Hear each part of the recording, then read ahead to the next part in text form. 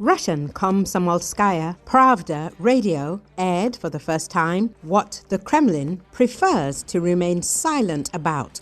Experts acknowledged that industry in the occupied territories is virtually non-existent.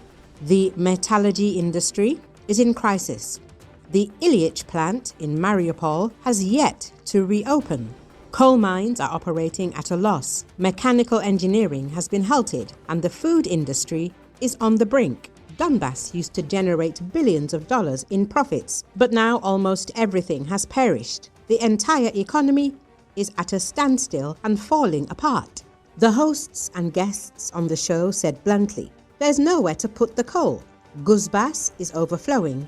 No one needs the metal, and there's nowhere to supply water and electricity because the consumers are in Ukraine." Russia promised to make Donbass a showcase for a new world. In reality, it's a ruin with no investors, no market, and not even logistics. Experts say the investors they tried to hand over the mines to quickly handed them back to the state. There's no profitability, and there can't be. Exports have collapsed, and domestic demand is non-existent. Even bakeries survive on water reserves, while agriculture in the Kherson region was completely destroyed after the Kakhovka hydroelectric power station was blown up. Drought and devastation are the true consequences of the Russian world. Even the participants in the broadcast couldn't explain why Russia needs these territories. The captured factories and mines are trophies, but a burden. They can't be integrated, can't be relaunched, can't be sold. And this is acknowledged not only by the opposition, but by Russian propaganda itself. Russia spent billions, destroyed regions, killed tens of thousands of people, and ended up with a desert where there's no one to work and nothing to do. Now, Z patriots ask, why did Putin invade Ukraine? Earlier, Z propagandists stopped denying that life in Donetsk was much better under Ukraine. Maxim Kalashnikov, a well-known propagandist, claimed that the crisis was caused by the disgusting, incompetent actions of the current government, which was appointed by Kremlin curators. He claimed that the water supply system in Donetsk was effectively destroyed by the actions of Moscow and its proxies. This means residents can't live a normal life. They can't take a shower, bathe their dogs after a walk, or even wash dishes. Water is infrequent, dirty and insufficient, yet authorities continue to promise new water mains that don't solve the problem. Kalashnikov also recalled that the so-called head of the DPR, Denis Pushilin, was appointed from Moscow and that no independent People's Republic ever existed.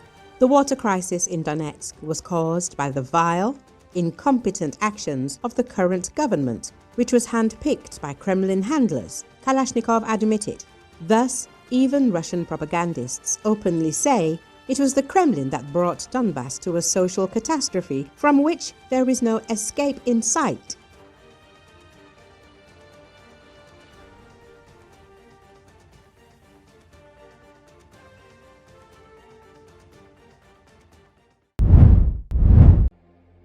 New waves of displacement in Sudan are raising alarm among aid groups and local doctors, who warn that the influx of people is putting additional strain on already overcrowded camps struggling with scarce resources. According to Associated Press, an influx of displaced people recently fled El Fasher to arrive at Al-Afad displacement camp in the town of Al-Daba in the northern state, which is some 350 kilometers from the capital Khartoum. Several people who spoke with the Associated Press this week recounted harrowing details of their escape from El Fasher. Othman Mohammed, a teacher who fled the city end of September, said he saw bodies scattered along the road and people collapsing from exhaustion and abuse during the journey. He said he had lived through a crisis in El Fasher where food was barely available. People often survived on Donbas, what is left from pressing peanut oil, but even that eventually became hard to obtain. In the street, we saw beating, raping, whipping, said Rada Mohammed, who spent long hours walking on the street until she reached the displacement camp. The war between the paramilitary Rapid Support Forces and the Sudanese military began in 2023, when tensions erupted between the two former allies that were meant to oversee a democratic transition after a 2019 uprising. More than 40,000 people have been killed, according to UN figures, but aid groups say the true death toll could be many times higher. Over 24 million people are facing acute food insecurity, according to the World Food Programme.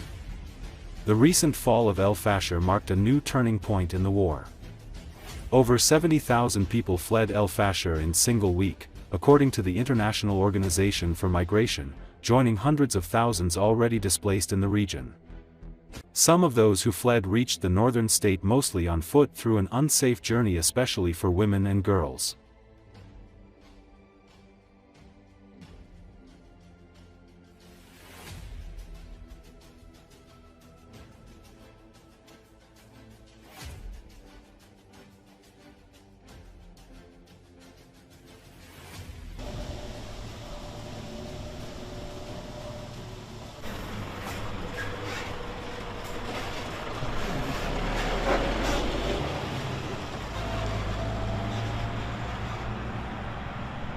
Rávetül erre, ez az energetikának a kérdése.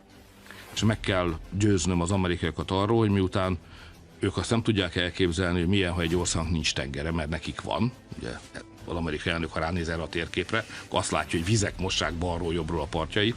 Ezzel szemben Magyarország egy bezárt ország, nincs tengerünk, tengeri szállítás direktben nem lehetséges. Mi ki vagyunk szolgáltatva azoknak a szállítási útvonalaknak, amin keresztül érkezhet energia Magyarországra. Ezek leginkább csővezetékek, van persze elektromos vezeték is, az egy másik dolog, és nekünk ez a csővezeték rendszerekhez kell alkalmazkodnunk, vagy nem lesz energiánk. És ezt az amerikaiakkal, ezt a furcsa helyzetet, amit ők nem ismerhetnek, ennek a nehézségeit meg kell értetnünk. Ha azt akarjuk, hogy az Oroszországot sújtó amerikai szankciók alól kivételeket engedjenek.